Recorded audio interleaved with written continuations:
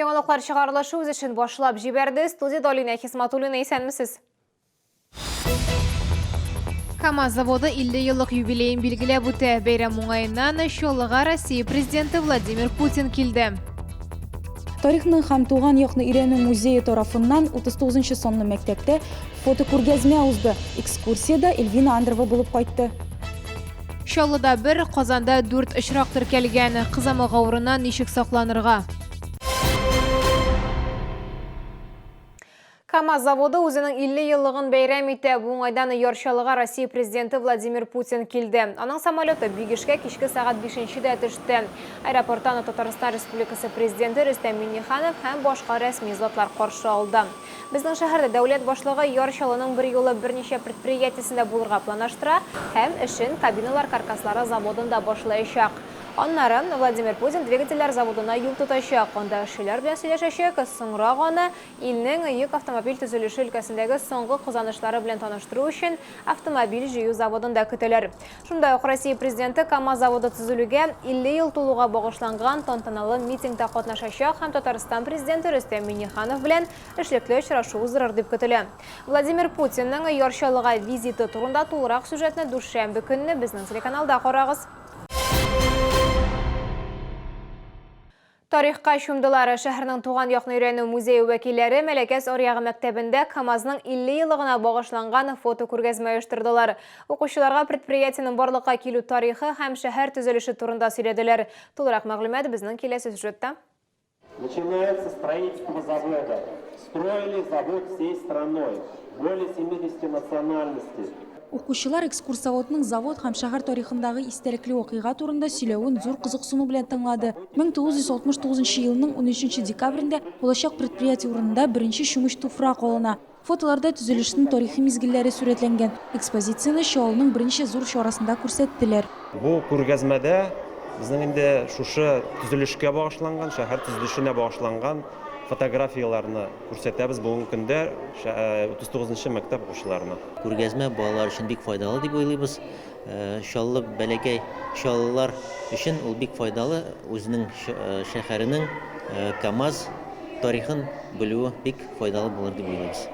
Укучылар өчен фотозона оештырылды. Яшь шәһәрдәшләребез КАМАЗ мастер командасының катнашучыларының киемен һәм хәтта танылган узышчы Фирдәүс Кәбировның шлемын да киеп карады.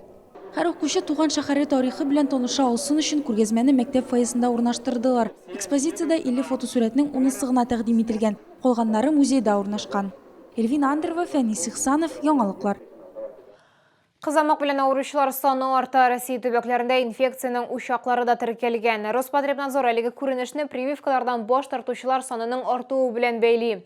Ел башыннан бирле Татарстанда кызамыкның 5 очрагы теркәлгән. Берсе Чаллыда һәм 4-се Казанда. Авыручыларның барысы да прививка ясатмаган. Теманы Лилия Гатина дәвам итә. Кызамык ул кискен йогышлы вирус авыруы, төп билгеләре бизгәк тоту, тәнгә тимгелләр чыгу. Массакүләм вакцинация ясый башлаганчы әлеге авыру балалар үлеменә китерүче төп сәбәпләрнең берсе иде. Узган ел Чаллыда кызамыкны 10 кеше йоктырган, быел бер генә очрак теркәлгән. Алда яңа ел бәйрәмнәре, димәк шәһәрдәшләр массакүләм чараларда катнашачак, кунакка йөриячәк, чит илләрдә ял итәчәк. Шуңа күрә әлеге чир белән авырып китү куркынычы арта ди табиблар. Инкубация чоры уртача 8 көннән алып 17 көнне тәшкил итә. Ләкин бер айга кадәр сүз алырга да мөмкин. Кор передается воздушно-капельным путем, передается и могут заболеть и дети, и взрослые. Дети болеют чаще, потому что у них менее совершенный иммунитет, они менее защищены своим собственным иммунитетом, поэтому важно их защитить прививкой. Кызамык вирусы ябык биналарда тиз тарала, коридорлар аша башка бүлмәләргә үтеп керә, вентиляция турбалары буенча да тарала. Прививка кызамыктан саклауның бердән-бер ышанычлы ысулы ди табиблар. Против кори существует одна вакцина, живая противокоревая вакцина. Делается она по национальному календарю детям в возрасте 1 года и в возрасте 6 лет. То есть 2 прививки только переносит ребенок. Взрослые тоже, если прививаются, они прививаются двукратно. Кызамык үзлегүләре белән куркыныч, ул пневмония, менингит һәм башка җитди авыруларга китерергә мөмкин. Ой, я корью переболела 6 лет, и вот результат. Зрения никакого нет. Так что корь — это страшная вещь. Лучше делать прививки обязательно. И иммунитет сейчас ослаблен у всех, а у детей тем более надо все делать. Конечно, прививки делаем, и детей тоже прививаем.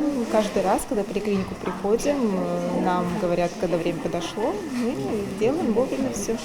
Әгәр пациент кызамыкка каршы яңа прививка ясалганмы, юкмы икәнлеген белмәсә, махсус тикшерү уза ала. Бу түләүле хезмәт. Кызамыкка каршы прививканы яшәү урыны буенча шифаханәдә участок терапевтына яки педиатрга мөрәҗәгать итеп бушлай ясатырга мөмкин. Лилия Гатина, Фәнис Иксанов, яңалыклар. Одна башында безнең төшерү төркеме Тынычлык проспектындагы мәктәп тукталышында тукталыш павильонының стеналары булмау проблемасын яктыртты. Шәһәрдәшләр явым төшемнәрдән бары тик түбә астында гына шакланырга мәҗбүр булды. Ул чакта безгә мәгълүмат сәясәте һәм пиар буенча идарәдә эшләр бу ел азагына кадәр тәмамланачак диделәр һәм моны атна дәвамында эшләргә тырышачакларын вәгъдә иттеләр. Безнең төшерү төркеме бүген әлеге вәгъдәләрнең үтәлүенә инанды. Тукталышта хәзер җил, яңгыр, кар бураннан шакланып, җәмәгать транспортын көтәргә мөмкин.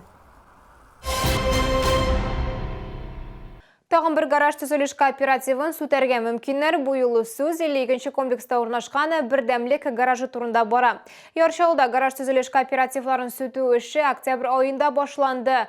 Искәртеп узабыз, бу исемлеккә Комсомольский, Восход һәм Защита гараж төзелеш кооперативлары керде.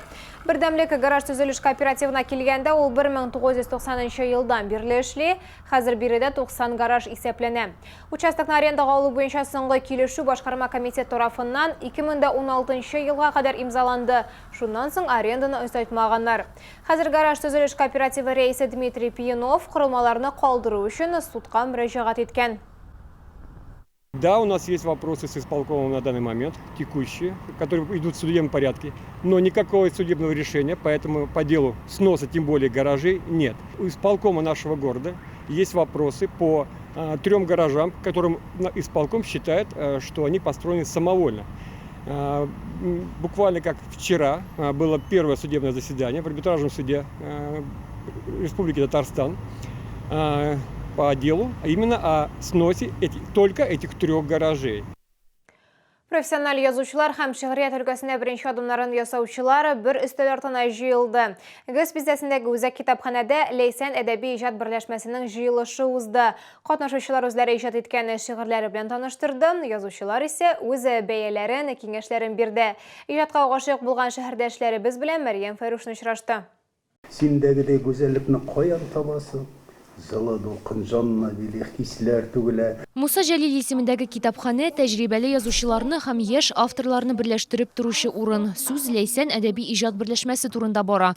Ул 1963 елда оеша. Эшләү дәверендә күп кенә танылган язучылар Ләйсән берләшмәсе әгъзалары була. Ләйсән әдәби иҗат берләшмәсенә төрле яшьтәге кешеләр йөри. Аның иң яшенә 20 яшь булса, иң өлкәненә 80 яшьлек апаларыбыз да бар безнең. Шушы очрашуга килеп, алар үзләренең яңа язган шигырьләрен алып киләләр. Бөтенебез бергә киңәшеп, аларның менә шул язган язмаларын, шигырьләрен, кичкенә генә хикәяләр, нәсерләрен бергә укыйбыз, бергә тикшерәбез. Менә киләләр, өйрәнәләр, һәм инде икенчегә әле китап бастырырга әзерләгәннәр дә бар. Алар карыйлар да, монда күрәләр дә ничә икән, әйтәләр, юк, моны китап бастырмыйбыз. Яңадан эшләп, яңадан шигырьне аңлагач кына китап бастыралар. Чынлап та араларында талантлар бар, но шигырь язу белмәгәнлектән бузыла шигърият. Ләйсән әдәби иҗат берләшмәсендә барлыгы 40-ка якын шәһәрдәшебез исәпләнә. Алар төрле һөнәр ияләре. Биредә табиблар, полиция хезмәткәрләре, укытучылар, хәтта спортчылар да бар. Мин инде күптән түгел йөрим. Бүген инде мин үземнең соңгы язган язмаларны персонал алып килдем. Аларның тәкъдимен тапшырасым килә, аларның фикерләрен тыңлыйсым килә. Бер үзең битәр язу бер нәрсә, җыйнаулашып, фикерләшеп, фикерләрне топлап, аларның фикерләрен ишетү бу икенче әйбер. Язарга стимул бирә. Монда һәрбер теләгән кешегә ишекләр ачык. Шигърият сөючеләр Муса Җәлил исемендәге китапханәдә аена 2 тапкыр очраша. Мәрьям Файрушина, Фәнис Иксанов, яңалыклар. Бу сезгә ишкерәсе соңгы мәгълүматыбыз иде. Мин Алина Хисматуллина сезгә күңелле яллар теләп сау булашам. Исән-мин булыгыз. 14 и 15 декабря в ТЦ «Семья» 24-й комплекс «Кировская обувная фабрика» принимает обувь на ремонт. Теплое, качественное термобелье. 14 декабря в Экспорткама. Кировская обувная фабрика принимает любую обувь в любом состоянии на ремонт в фабричных условиях. 14 и 15 декабря в молодежном центре «Шатлык». Устали от скучных выставок? Интерактивный парк «Лаборатория чудес» приглашает в гости. Раскройте секреты фокусов, участвуйте в научных опытах, испытайте новейшие технологии. Набережные Челны, ТЦ «Омега», 2 этаж. С 7 декабря по 12 января. Новый год – это время волшебства. Подарите себе и своим близким сказочное настроение и незабываемые эмоции вместе с посудой Кукмара. Кукмара умеет творить сказочное настроение. Приобретайте товар в фирменных магазинах Кукмара и в других торговых точках республики.